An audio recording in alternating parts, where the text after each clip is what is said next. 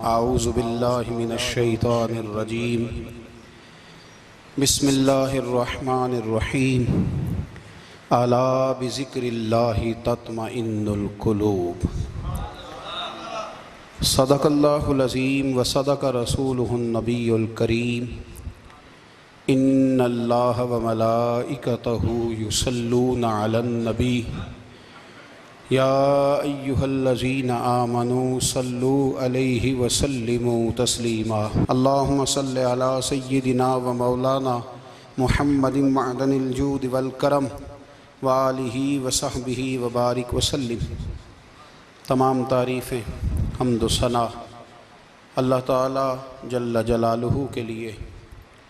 زاں بعد درود و سلام نبی اکرم نور مجسم شفیع معظم احمد مجتبیٰ جناب حضرت محمد مصطفیٰ صلی اللہ تعالی علیہ وسلم کی ذات والا صفات کے لیے حمد و صلوات کے بعد قرآن مجید نے ارشاد فرمایا الا بذکر اللہ تطمئن القلوب، فرمایا خبردار ہو جاؤ اللہ کے ذکر میں ہی دلوں کا اطمینان ہے،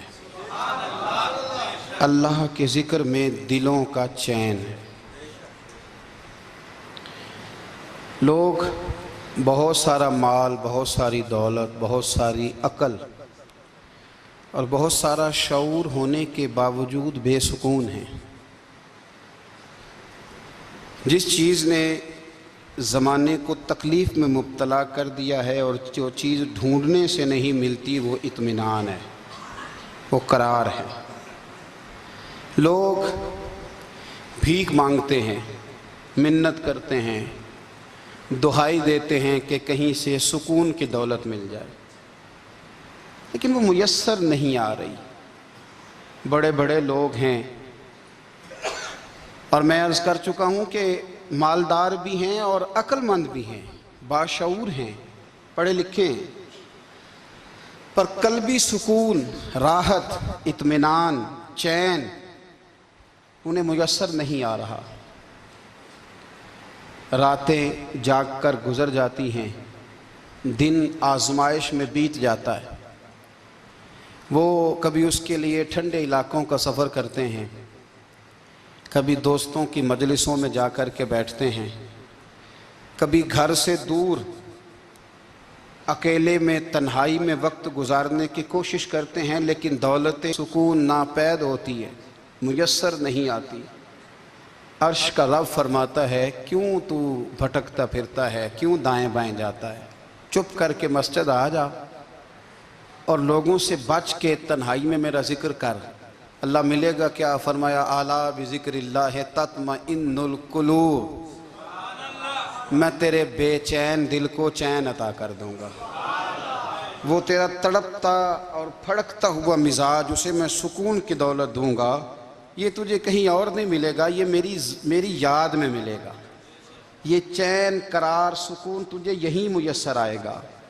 اطمینان قلبی زندگی کا حسن ہے بھائی، دولت سکون اصل ہے۔ بڑے ٹھنڈے کمرے میں کچھ لوگوں کو نیند نہیں آتی، اور داتا صاحب رحمۃ اللہ علیہ آپ جائیں تو دونوں سڑکوں کے بیچ جو فٹ پاتھ ہے نا، اس پہ بھی کچھ لوگ سوئے ہوتے ہیں۔ ادھر سے بھی گاڑیاں گزرتی ہیں، ادھر سے بھی گاڑیاں گزرتی ہیں، لیکن بس نیند ہے نا، اللہ کا فضل ہے، اس نے دے دی ہے، آنے والوں کو آ گئی ہے۔ اطمینان قلبی۔ میرا معاشرہ بے سکون ہے، بے قرار ہے۔ مجھے کچھ لوگ کہتے ہیں جی میں آج کل بڑا بور ہو رہا ہوں، تو میں کہتا ہوں یار ہمیں تو ٹائم ہی نہیں ملا آج تک بور ہونے کا، نہیں وقت ہی نہیں اتنا میسر آیا، کون سا ٹائم نکالے جس میں بندہ بور ہو؟ وہ تو ہے کہ انسان کچھ فارغ ہو، کہیں اس کے پاس گنجائش ہو تو بور بھی ہو لے۔ کیسے بور ہو لیتے ہو؟ یہ کیا ہوتا ہے بور ہونا؟ زندگی میں اتنا وقت ہی کہاں ہے کہ انسان بور ہوتا پھرے اور یہ تصور بناتا پھرے کہ میں بڑی آزمائش میں ہوں تو میں بڑے بور ہو رہا ہوں، تو میں بڑی تکلیف میں ہوں۔ تو وقت بہت زیادہ ہے ہمارے پاس، لایانی کاموں میں ضائع بڑا ہوتا ہے، تو ہم بور ہوتے ہیں، پریشان ہوتے ہیں۔ اللہ فرماتے ہیں یہ جو میری یاد ہے نا، لیکن اس کا بھی ایک طریقہ ہے یاد کا، اس طریقے سے اگر میرے رسول کریم علیہ السلام نے فرمایا اللہ کا ذکر اس طرح کرنا کہ دیکھنے والا تمہیں دیوانہ سمجھے۔ لوگ سمجھیں کہ کوئی مجنون ہے، کوئی جنونی ہے، کوئی پاگل ہے۔ یہاں اللہ تعالیٰ معاف کرے، آپ ذکر کی مجلس چھیڑیں، آپ نعت شریف کی مجلس چھیڑیں تو بہت سارے لوگ پروفیسر بن جاتے ہیں، وہ ساری نہیں ہلاتے، ان کی زبان ہی حرکت میں نہیں آتی۔ حالانکہ رب کریم کا ذکر اس طرح کرو کہ دیکھنے والا تمہیں دیوانہ سمجھے، کہیں اور کھونے کی ضرورت ہی نہیں۔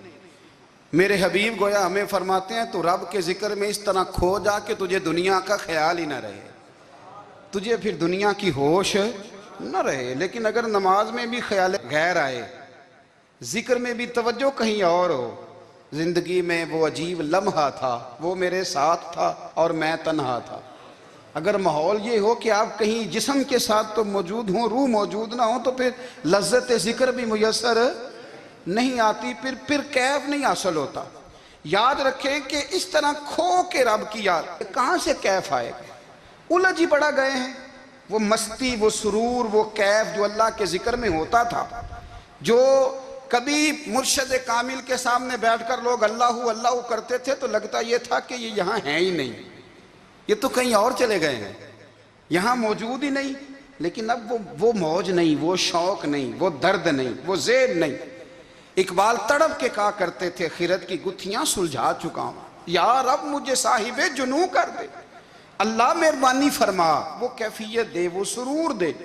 زندگی میں اگر اطمینان چاہتے ہو تو کبھی کبھی سب کچھ بھول کے نا تو مست ہو جایا کرو رب کی یاد میں۔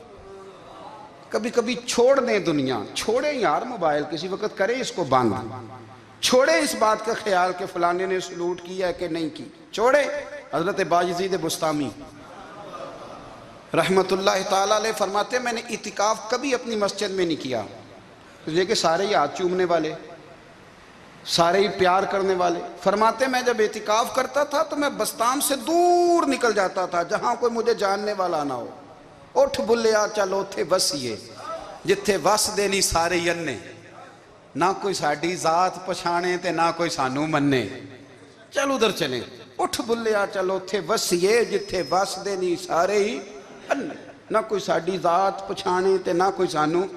اتنا شوق ہے سلوٹ کرانے کا، اتنا شوق ہے تعارف کرانے کا، اتنا شوق ہے اپنا بتانے کا، تو یہ چیز غلبہ کر جاتی ہے، پھر نام رہ جاتا ہے، روح نہیں رہتی، پھر وجود رہ جاتا ہے، پھر باطن کی کیفیت نہیں رہتی۔ خدا را اپنے آپ کو بے چین نہ کرو، بے قرار نہ کرو، بے سکون نہ کرو، رب کی یاد میں آ جاؤ، درود و سلام میں آ جاؤ، نعت کے حسن میں آؤ، تلاوت کی دنیا میں آؤ، سجدوں کے نور میں آؤ، آؤ کبھی کھول کے دل مسجد کی صفائیاں کریں، آؤ نہ کبھی کوئی بوڑھا، دادی، نانی، دادا ان کے پاس بیٹھ کے پیر دبا کے اللہ کو راضی کریں۔ یہ کیف والی جگہ ہیں، یہ سرور والی جگہ۔ اتنی بے چین ہماری زندگی ہے، بے قرار ہے، تڑپتے ہوئے لوگ، لڑتے ہوئے لوگ، ایسے لگتا ہے ابھی ایک دوسرے کا گریبان تھام لیں گے، بے قرار، بے چین۔ کسی کو انتظار کا کہا جائے نا کہ 10-20 منٹ کسی کا انتظار کرو تو بعض لوگ مجھے ایسے لگتا ہے جیسے یہ ان کا کلیجہ پھٹ جائے گا، ڈاکٹر کے انتظار میں بیٹھے ہیں تو بڑے پریشان ہیں۔ کسی کو ملنے گئے ہیں کو آدھا گھنٹہ بیٹھنا پڑ گیا تو بڑی دقت میں ہیں۔ اپنے آپ کو سکون دیں۔ آپ یقین کریں بڑا مزہ آتا ہے، کبھی کسی کا انتظار کرنا پڑے تو 2-4 تسبیح درود شریف پڑھی جاتی ہے، یعنی ذوق بن جاتا ہے کہ چلو اللہ نے موقع دیا ہے، کوئی سرکار کو یاد کر لیں، تنہائی مل گئی۔ ہمارا مزاج جس سختی کا شکار ہے، وہ سختی آہستہ آہستہ ہمیں زیادہ آزمائش میں ڈال گئی۔ تو میرے بھائی زندگی میں اطمینان حسن ہے، اور وہ سب سے زیادہ اللہ کی یاد میں ملتا ہے، وہ سب سے زیادہ رب کریم کے ذکر میں۔ سب سے زیادہ جو چاہتا ہے نا دل ٹھنڈا رہے، زبان میٹھی رہے، وہ مدینے والے محبوب پہ درود و سلام پڑھا کرے، وہ حضور پہ درود و سلام پڑھا کرے، زبان میٹھی رہے گی۔ میرا ذاتی تجربہ ہے کہ جو آدمی اپنے اخلاق سنوارنا چاہے وہ حضور پہ درود شریف پڑھے، جو اپنے اخلاق سنوارنا چاہے، طبیعت کو ٹھنڈا رکھنا چاہے، وہ درود شریف پڑھے، اس کا دل سکون میں آئے گا۔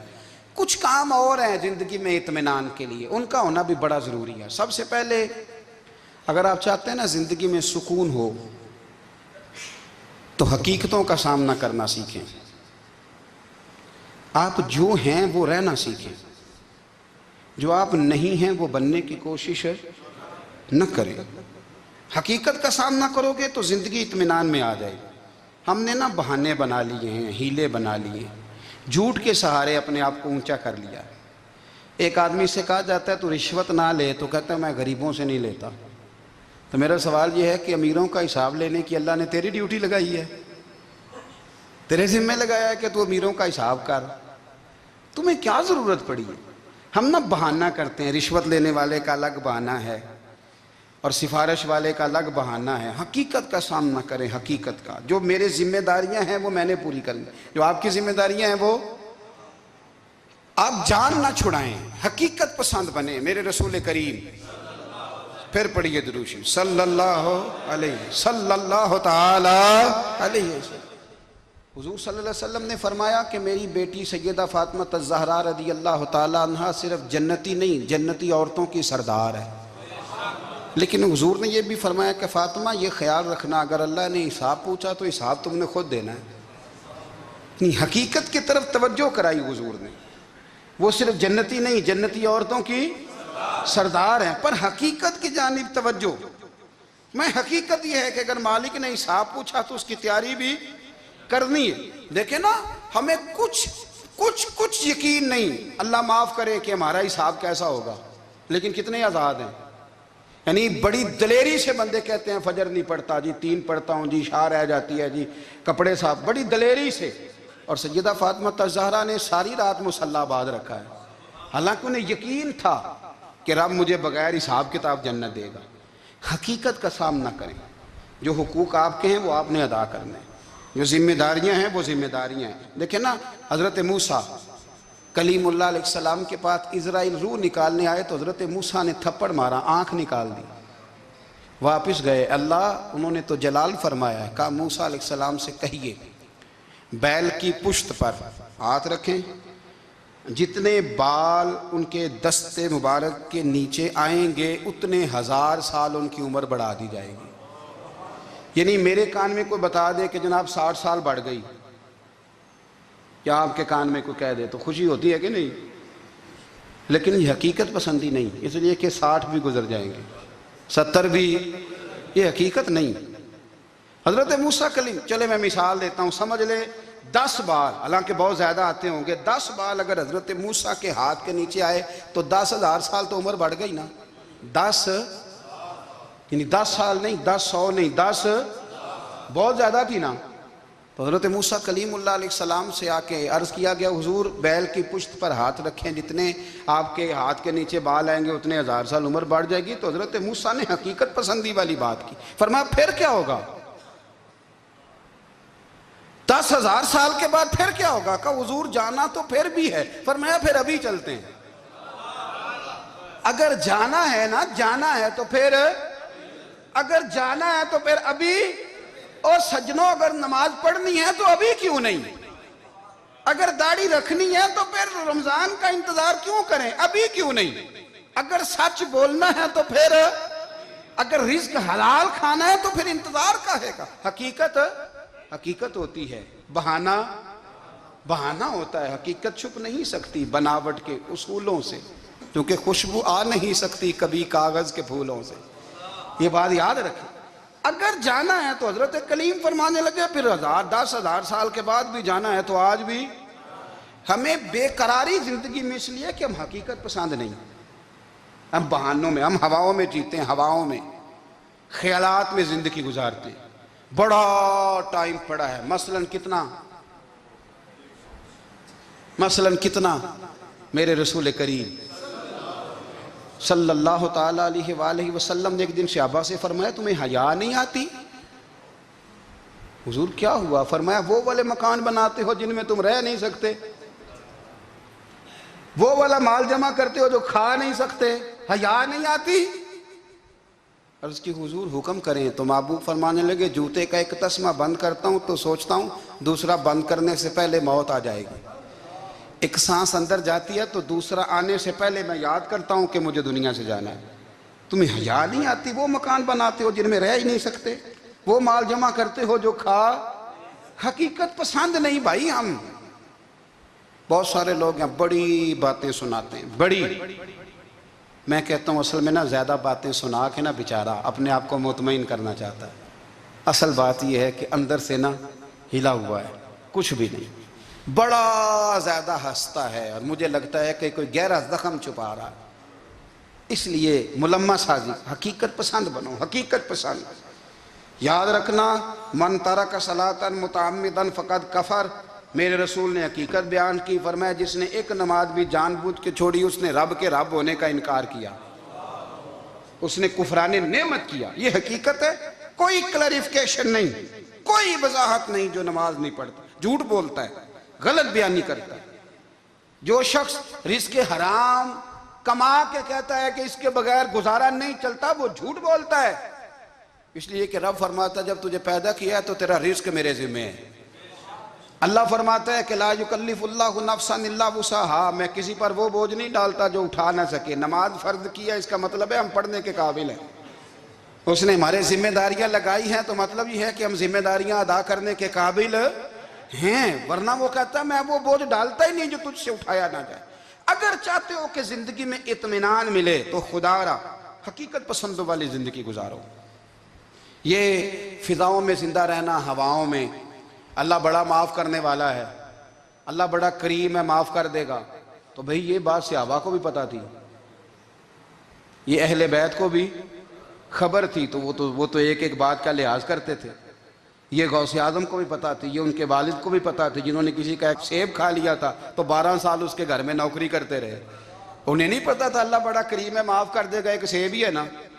تو حقیقت پسندی آپ کو سکون دے گی، اور اگر آپ نے اپنے آپ کو غیر مطمئن کیا ہوا ہے، بات کچھ اور ہے، اور آپ نے اپنے آپ کو ڈال کسی اور طرف لیا ہے، تو پھر آپ کو سکون مل سکتا؟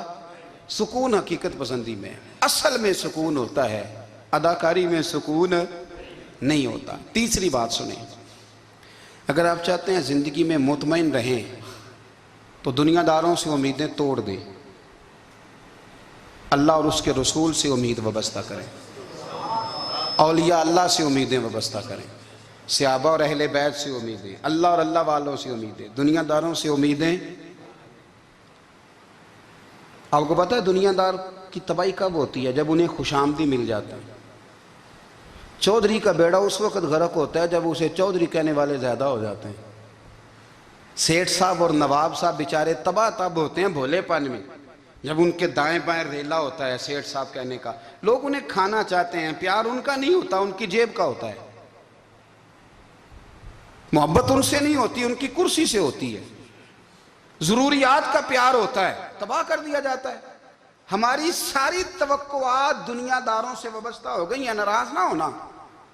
پیروں نے، مولویوں نے، درویشوں نے، انہوں نے بھی سیٹ رکھے ہوئے جلسوں کی صدارت کرانے کے لیے، یعنی مذہبی جلسہ ہے، اس میں بہت زبردست پڑھے لکھے صاحب تقوی عالم کا خطاب ہے، اور کی صدارت وہ بندہ کر رہا ہے جس نے عشاء کی نماز بھی نہیں پڑھی، وہ بندہ صدارت کر رہا ہے۔ کیوں؟ اس لیے کہ اس نے لاکھ روپیہ دیا محفل میں۔ خدا را دنیا داروں سے امیدیں چھوڑ دیں، ورنہ آپ کمزور پڑ جائیں گے، آپ کی امیدیں ٹوٹیں گی۔ کتنا کمزور ہے وہ شخص دو چار ہزار کے لیے کسی بندے کی چاپلوسی کرتا ہے، اس کے پیچھے بھاگتا ہے، خوش آمدیں کرتا ہے، تھوڑے سے نوٹوں کے لیے، دکھ سکھ میں کام آئے گا اس کام کے لیے۔ میرے رسول کریم علیہ السلام نے فرمایا جس نے بندوں کو راضی کرتے کرتے رب کو ناراض کر دیا، اس کی دنیا بھی گئی اور آخرت بھی گئی، اور فرمایا جس نے بندوں کی پرواہ نہیں کی اللہ کو راضی کیا، فرمایا اگر رب راضی ہو گیا تو لوگوں کے دلوں میں بھی محبت پیدا فرما دے گا۔ کیا ضرورت ہے خوشامد کرنا دنیا داروں کی، سیٹوں کی، نوابوں کی، چاپلو۔ اور میں آپ کو ایک بات بتاؤں، ہوتا پتہ کیا ہے؟ یہ جو حب جا اور حب با ہوتی ہے نا، اس سے پیٹ نہیں بھرتا۔ آپ کو اگر خوشامد کرنی ہے تو پھر آپ کو ساری زندگی کرنی ہے۔ پھر ان کو بھی پتہ ہوتا ہے کہ تعلق کس بنیاد پر ہے، اس میں کبھی بھی خلوص پیدا نہیں ہوتا۔ آپ بے چین رہتے ہیں، بے قرار رہتے ہیں، آپ کو تکلیف رہتی ہے ہمیشہ۔ کبھی بھی دنیا داروں سے امیدیں وابستہ نہ کریں۔ ایک بات سنیں بڑی شاندار، امام غزالی نے لکھی ہے۔ امام غزالی فرماتے ہیں کہ ہارون الرشید نا حج کر کے واپس آیا بغداد میں، تو کونے میں حضرت بہلول دانا بیٹھے تھے، رش بہت تھا، مجمع بڑا تھا، حضرت بہلول دنا بھی سڑک کے کنارے بیٹھے تھے تو سپاہی کہنے لگے یہاں سے اٹھ جاؤ، فرمانے لگے ہارون رشید کی زمین نہیں، زمین میرے رب کی ہے، میں کیوں اٹھوں؟ وہ قریب سے گزرا تو سلام لی، تو آپ نے اس کا پروٹوکول دیکھا تو فرمانے لگے ہارون رشید تجھ سے تگڑے تگڑے موٹے موٹے پروٹوکول میں نے لوگوں کے دیکھے ہیں، اور یہ جو تیرے دائیں بائیں آج تیرے نعرے لگا رہے ہیں یہ پہلے ان لوگوں کے نعرے لگایا کرتے تھے، اور تھوڑا وقت گزرنے دے، جو تیرے بعد آئے گا نا یہ سارے پھر ان کے نعرے بھی لگائیں گے۔ تو جھوٹ کی دنیا میں زندہ ہے، ان سے تو نے امیدیں وابستہ کی ہیں، یہ کل اس کے نعرے لگائیں گے۔ اس کے دل پہ بڑا اثر ہوا، گھوڑے سے اتر آیا، آگے کہنے لگا حضور آپ نے مجھے بڑی اچھی نصیحت کی ہے، میرا دل بڑا ٹھنڈا ہوا ہے، میں نے سنا ہے آپ مقروض ہیں، کچھ لوگوں کا قرض، تو مجھے کوئی حکم ہی کر دیں۔ آپ ہنسنے لگے، فرمانے لگے یار تو بڑا ہی بیوقوف ہے، بڑا ہی بیوقوف ہے، تو میں تجھے نصیحت کر رہا ہوں تو مجھے الجھا رہا ہے، حضور کوئی حکم کر دیں۔ کیا خوبصورت انداز ہے رب کریم کے بندوں کا۔ حضرت بہلول دانا فرمانے لگے تیرا رب کون ہے؟ کہا اللہ، تو فرمایا میرا کون ہے؟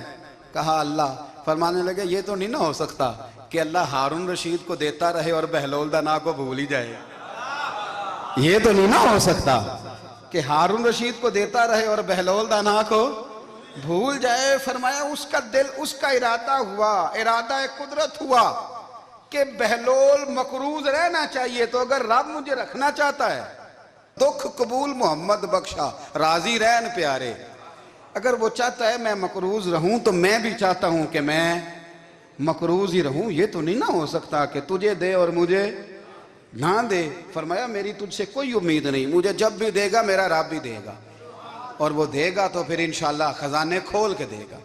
دنیا داروں سے امیدیں وابستہ کرنا، لوگوں کے پیچھے، یہ چھوڑ دیں، آپ بے چین رہیں گے، بے قرار رہیں گے۔ اللہ والوں سے ضرور امیدیں وابستہ کریں، اس لیے کہ ان کے پاس جو کچھ ہوتا ہے وہ دراصل رب کا ہی ہوتا ہے، لیکن سیٹھوں سے، نوابوں سے، سیاستدانوں سے باز آ جائیں، ہماری بڑی امیدیں وابستہ ہیں۔ میں اکثر کہتا ہوں جتنے پھیرے نوکری کے لیے دنیا دار کے دروازے پہ لگائے ہیں نا، اس سے کم دفعہ مسجد میں نفل پڑے ہوتے تو رب اتنی بڑی مہربانی فرما دیتا۔ تیسری بات یہ یاد رکھیں، اگر سکون لینا چاہتے ہیں نا، اگر سکون لینا چاہتے ہو نا تو لوگوں کو ڈسکس کرنا بند کر دو۔ کس کو اللہ نے کتنے پیسے دیے ہیں وہ جانے اور اللہ جانے، کس کو اللہ نے کتنی گاڑیاں دی ہیں وہ جانے، اور لوگوں کو ڈسکس کرنا جی۔ یعنی میں ایک جگہ بیٹھا تھا تو ایک صاحب گاڑی والا گزرا، گاڑی میں بیٹھ کے، اس کا پڑوسی تھا، کہندے تھا منہ ہے کار والا، میں کہ وہ تے ہے تاں ہی بیٹھا ہے، تو ہن میں کہ سمجھانا سی نا انہوں، میں کہ توں تے میں حساب لائیے بھی ساڈے کول کوئی نہیں، وہ تے ہے، لیکن نا اللہ نے اسے دی ہے نا، تو اللہ نے چاہا نا وہ کار میں بیٹھے، تو اس نے پھٹے پہ بیٹھ کے یہ تبصرہ کیا کہ منہ ہے کار والا، میں کہ وہ تے ہے تاں کار ہے۔ اب مجھے اور تجھے اندازہ لگانا چاہیے کہ ہم کیا یہ بحث ہے، یعنی اللہ کو چاہیے تھا معاذ اللہ کے پہلے تجھ سے پوچھتا کہ اسے کار دینی ہے کہ نہیں، کیا مطلب فضول بحث ہے۔ وہ چیز ہمیں اتنا تنگ کرتی ہے، اتنی تکلیف دیتی ہے کہ آپ یقین کریں سارا دن اسی کو ڈسکس کرتے ہیں، سارا دن اس کے پاس گاڑی ہے، اس کے پاس کار ہے، فلانے کا پیسہ 1 نمبر ہے، فلانے کا 2 نمبر ہے، فلانے کا 6 نمبر ہے، اصل بات کے اندر حسد ہے، اس کو نکالو۔ ایک بات کہنے لگا ہوں، اسے یاد رکھنا، میرے اعلیٰ حضرت رحمۃ اللہ علیہ فرمایا کرتے، حسد کرنے والا بندوں پر اعتراض نہیں کرتا، اللہ پر اعتراض کرتا۔ وہ کہتا ہے اللہ اسے کیوں دیا ہے، اتنا کیوں دیا ہے، معاذ اللہ وہ اللہ کی تقسیم پر اعتراض کرتا۔ حسد کرتے ہو بے چین رہو گے، حسد آپ کے دل کو تڑپا کے رکھ دے گا، چھوڑے۔ اللہ بڑا کریم ہے، جس کو جہاں چاہتا ہے وہاں بٹھا دیتا ہے۔ آپ قطعاً اس بحث میں نہ پڑیں کہ اللہ نے کس کو کتنا دیا ہے، کب دیا ہے، کیوں دیا ہے، وہ بڑا بے نیاز ہے۔ حسد آپ کو تباہ کرے گا۔ دنیا میں پہلا گناہ جو ہوا تھا وہ حسد تھا۔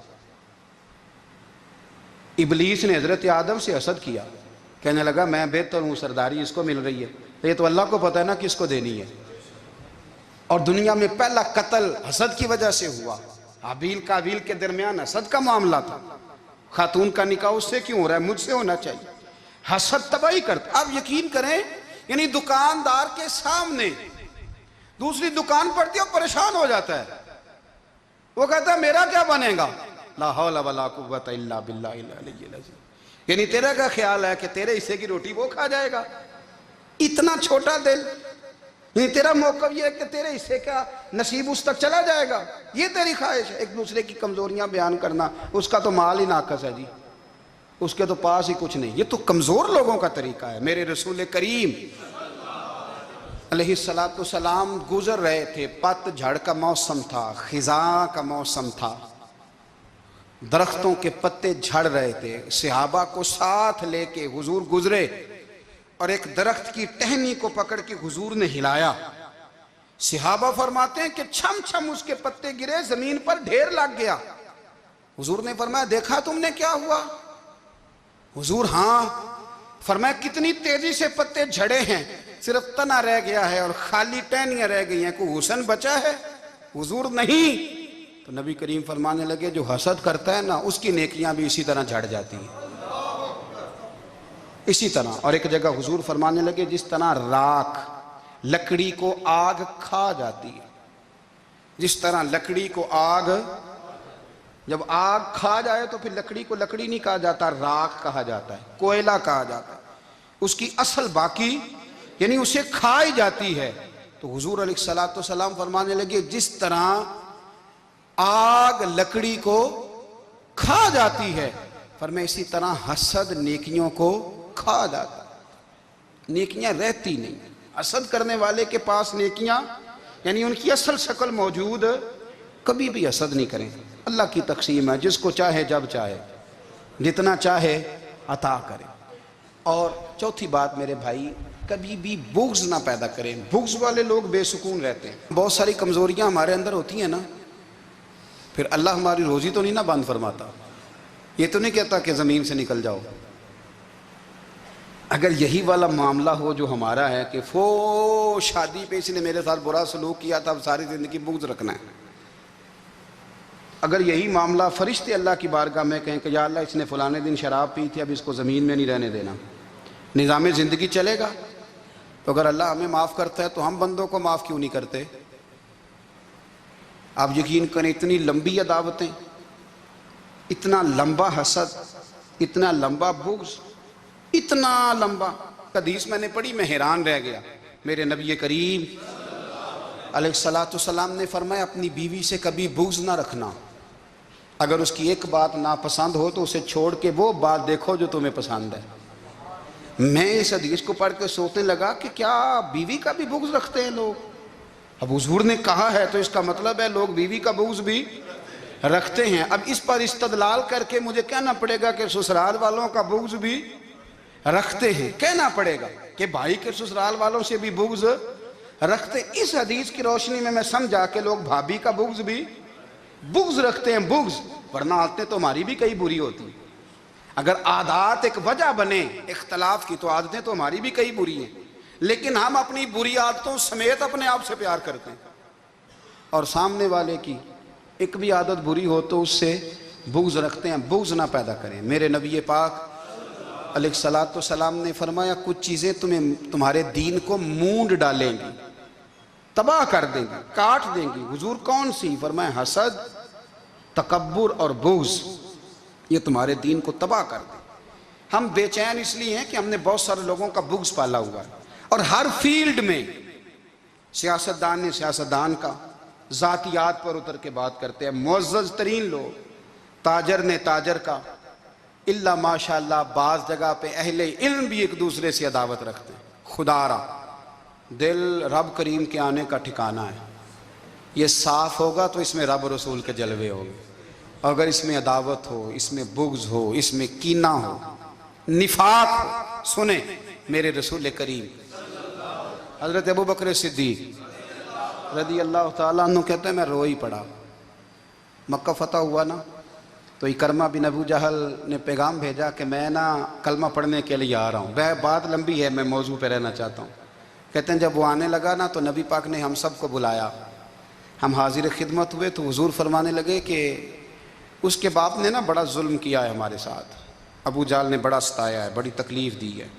آپ مجھے بتلائیں کہ وہ ایک دفعہ کسی شادی پہ بحث ہوتی ہے بیوی کے بھائی کے ساتھ، پھر ساری زندگی اس بیچارے کو معافی وہ 10 دفعہ گھر آتا ہے معافی مانگنے پر سوال ہی نہیں پیدا ہوتا، میں او ہو مجھے ہی کہہ دیا، یعنی پھر میں مجھے ہی کہہ دیا آپ نے، اور میری شان میں بے ادبی، اور پھر میں معاف کر دوں؟ توبہ توبہ توبہ، یہ کیسے ہو سکتا ہے؟ میری ناک نیچی ہو جائے گی، اور آپ نے مجھے کہہ دیا، سوال ہی نہیں پیدا ہوتا۔ اور یہ رونا میں اکثر ہوتا ہوں کہ شادی والے دن داماد صاحب کا زیادہ دماغ خراب ہوتا ہے۔ جب چھوٹی سالی کی شادی ہوتی ہے نا، اس دن اس کو بخار چڑھتا ہے، کوئی اس کو کان میں کہتا ہے تیری عزت نہیں کر دے، اس دن اس کا دماغ خراب ہو جاتا ہے، بچے اٹھا کے نکل آتا ہے، وہ بیچارہ سسر منتیں کر رہا ہوتا ہے کہ تیری مہربانی آ جا، یہ عزت کرا رہا ہے۔ تو میں نے کہا احتجاج کر کے جو عزت کرائی جاتی ہے وہ عزت نہیں ہوتی۔ ہاں یہاں مانگ کے عزت لیتے ہیں لوگ، یا احتجاج کی کوئی عزت ہے؟ آپ کے اندر کمالات اتنے ہوں کہ آپ کی عزت کرنے کو دل چاہے، یعنی مزہ آئے، یعنی لطف آئے، یعنی آپ دور بیٹھے ہوں تو کسی کا دل کرے آپ کو اسٹیج پہ بلانے کے لیے۔ یہ کیا بات ہوئی کہ چھائے جانا اور بھاگ کے آگے جانا؟ ان سے نکلیں۔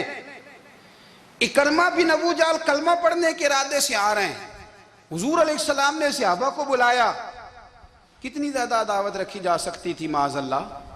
کب سے وہ چلا تھا ظلم کرنے، اور اس کے بعد اس کا بیٹا شروع ہو گیا۔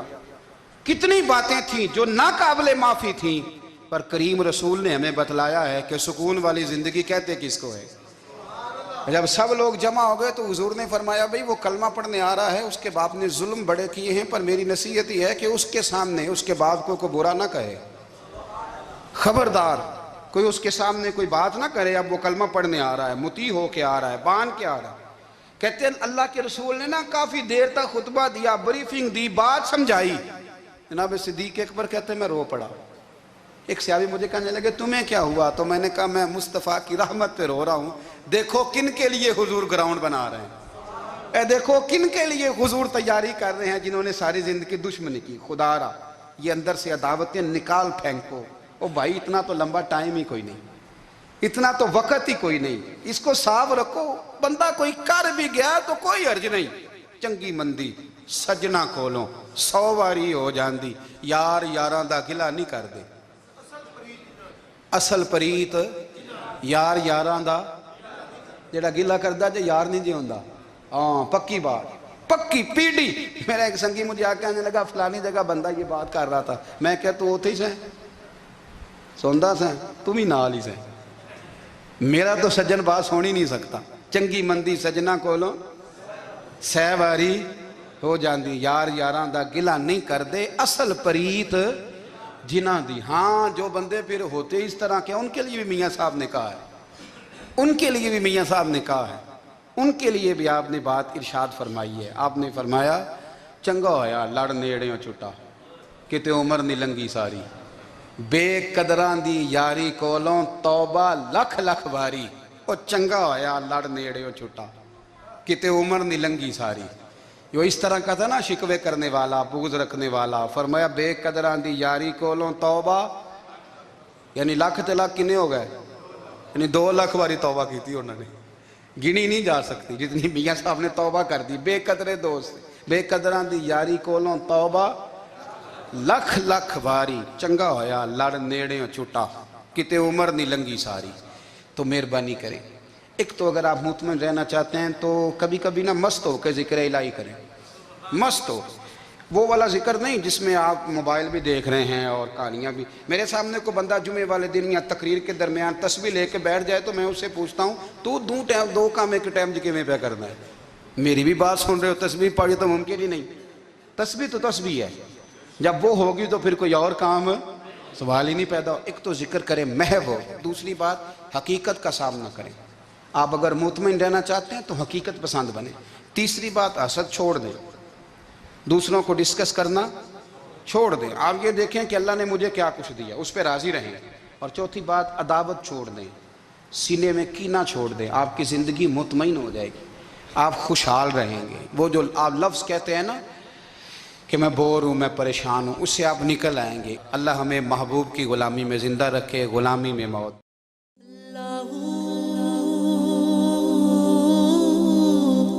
اللہ اللہ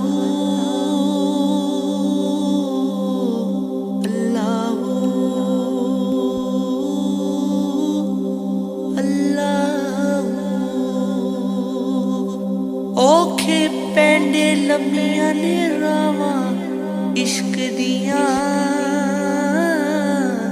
درد جگر سخت سزاواں عشق دیاں درد جگر سخت سزاواں عشق دیاں اللہ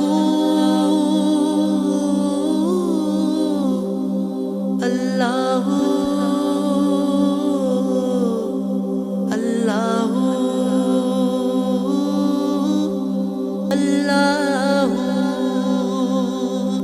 بلا ورگی جنڑی عشق رولا چھڑدا سر بازار چاوے عشق نہ چا چھڑدا